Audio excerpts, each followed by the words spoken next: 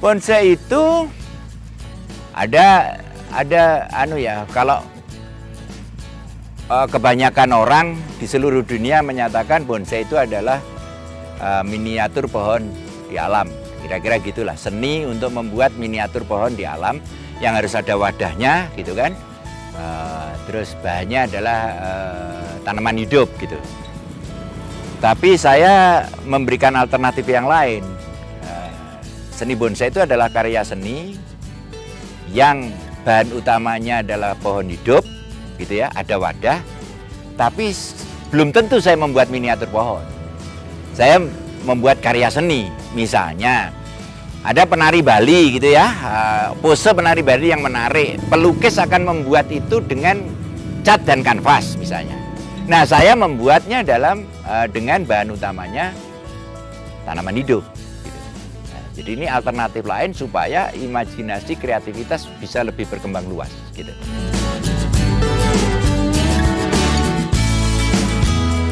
Banyak, tergantung ya. Kalau orang gemar pada bonsai itu ketika dia suntuk pikirannya dengan dia nggarap bonsai itu bisa mengurai, gitu kan? Bisa menunjang kesehatan, gitu ya. Orang kalau suntuk terus nggak ada salurannya itu kan kesehatannya bisa terganggu, gitu. Tapi kalau nggak seneng terus dikasih itu ya tambah suntuk juga, tambah mumet gitu kan? Itu kira-kira.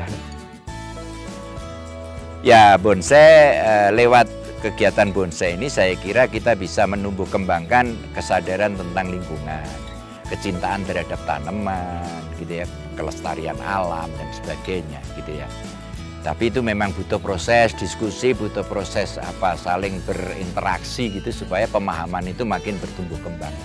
Tapi salah satu cara efektif untuk meningkatkan kesadaran tentang pentingnya pelestarian alam itu yaitu lewat bonsai gitu ya. Sekaligus imajinasi dan kreativitas kan bisa dikembangkan. Ranah yang paling subur untuk mengembangkan inovasi dan kreativitas itu kan ranah seni gitu. Dan abad 21 adalah abad kreativitas gitu. Maka posisi bonsai di abad 21 ini untuk menumbuh kembangkan inovasi, kreativitas dan sebagainya semakin penting gitu.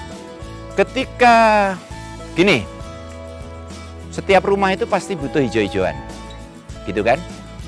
Tapi karena penduduk makin banyak, ukuran rumah tanpa sadar makin mengecil. Ya, kalau dulu ketika halaman rumah masih besar, kita bisa tanam tanaman gede-gede gitu kan, di dalam halaman kita. Makin menyempitnya halaman, sementara kita butuh nuansa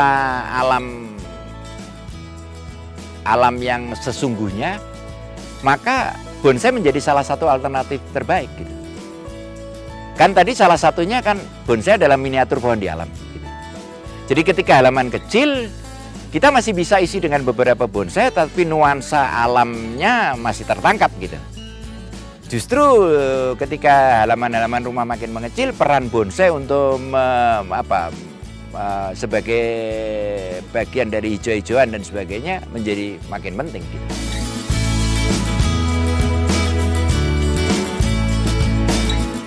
Kalau ada anak-anak usia dini tertarik pada bonsai, akan lebih bagus kalau dia langsung tersalur pembelajarannya, gitu kan? Tetapi tidak bisa dipaksakan, gitu. Tapi jangan sampai ada anak yang punya kecenderungan gemar di situ, tidak segera tersalur, gitu. Sayang juga, gitu. Ya, tapi makin dini makin bagus, gitu. Tapi ketika itu menjadi sebuah paksaan, itu justru jadi problem, gitu.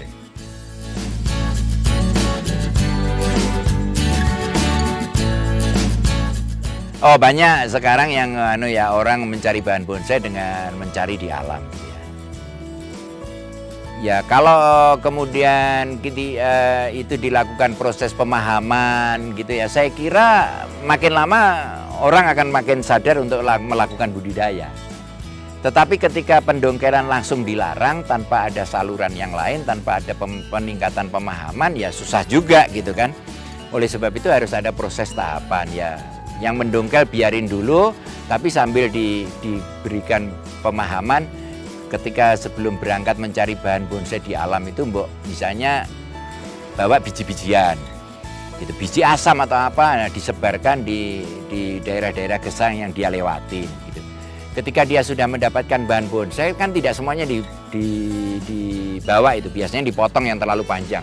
Nah kalau bisa potongan-potongan itu tidak ditinggalkan begitu saja, tapi ditancapkan di lubang yang bekas untuk menggali tadi.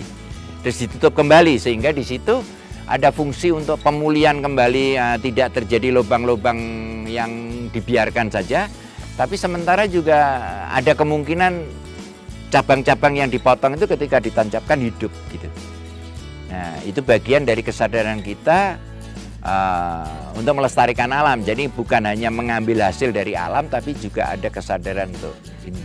Nah, syukur-syukur kalau bisa berkembang lebih lanjut, kemudian ada budidaya, upaya budidaya. Dan saya kira sekarang sudah banyak upaya budidaya. Bahkan sampai ke biji. Biji pun sekarang sudah jadi perdagangan gitu kan. Ada yang jualan biji atau benih santigi gitu kan, misalnya itu yang dari Sidoarjo itu yang namanya Mas Inul. Nah itu artinya kesadaran untuk budidaya makin meningkat gitu. Bahkan sekarang perdagangan kayak gitu sudah via online gitu. Ketika perdagangan benih yang berupa biji-bijian itu makin marak di online, itu sebetulnya indikasi bahwa kesadaran untuk budidaya tanaman makin meningkat gitu. Sehingga saya kira tidak perlu khawatir, bagi yang masih cari di alam ya ditingkatkan aja pemahamannya gitu, untuk ikut bertanggung jawab dengan nebar biji yang bisa tumbuh di alam gitu kan. Terus potongan-potongan yang tidak ditinggalkan begitu saja tapi ditancapkan gitu kan. Perkara hidup atau tidak serahkan pada yang membuat hidup, yang di atas gitu. Tapi ada niatan untuk tidak hanya mengambil, itu yang paling penting gitu.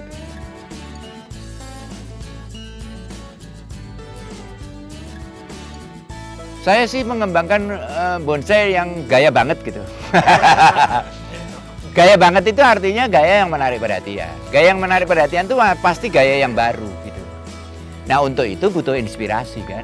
Inspirasinya itu tergantung, kita bisa punya inspirasi banyak atau tidak itu tergantung dari seberapa jauh kita membuka pikiran kita terhadap berbagai hal yang ada di sekitar kita. Inspirasi sebetulnya bisa datang dari siapapun juga, di mana saja dan apapun juga. Itu bisa jadi inspirasi buat kita, gitu kan? Nah, tapi tergantung itu jadi inspirasi atau tidak, kita sadar bahwa itu sebuah inspirasi atau tidak, itu tergantung dari seberapa jauh kita membuka pikiran kita terhadap sesuatu yang ada di sekitar kita. Makin terbuka kita mau membuka diri pikiran kita untuk berbagai hal, makin banyak hal bisa jadi inspirasi. Gumpalan awan di langit itu bisa jadi inspirasi untuk kita membuat gaya bonsai yang baru gitu ya. Reta-reta rambut di tembok itu bisa jadi inspirasi gitu. Tapi ketika pikiran kita kungkung dengan frame-frame tertentu, ya sulit kita.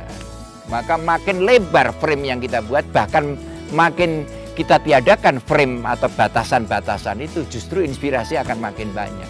Berbagai hal bisa kita jadikan inspirasi. Orang gerak tari pun bisa jadi inspirasi. Orang bela diri dengan berbagai geraknya itu bisa jadi inspirasi untuk membuat gaya bonsai gitu. Jadi apapun sebetulnya bisa. Sekali lagi tergantung dari seberapa jauh kita membuka pikiran kita. Makin kita membelenggu pikiran kita dengan aturan-aturan dan sebagainya, makin inspirasi tidak kita dapat.